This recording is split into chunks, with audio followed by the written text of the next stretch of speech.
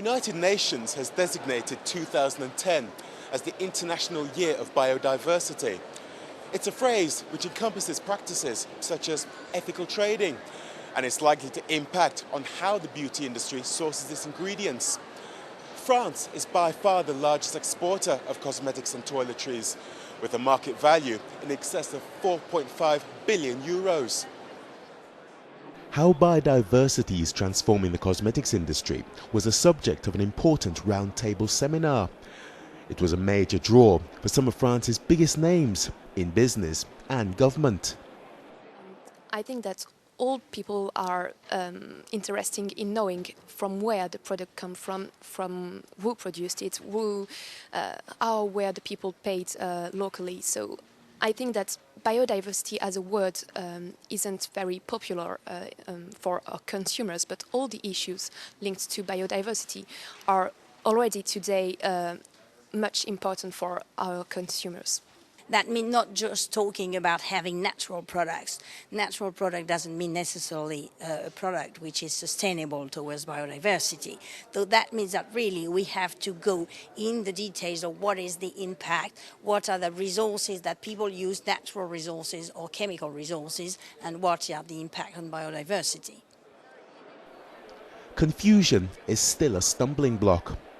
The Union for Ethical Biotrade is seeking to increase the consumer's understanding of what biodiversity is, and the recent survey yielded some surprising results.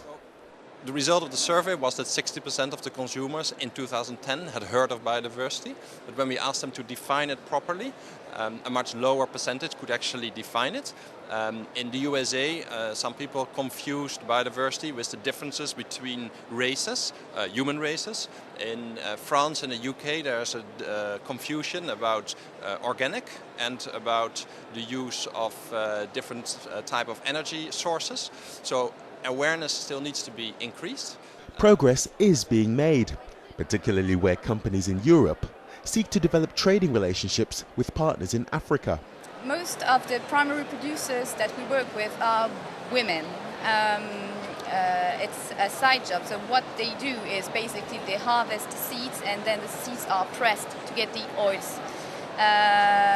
These are side jobs, and it enables these women to have some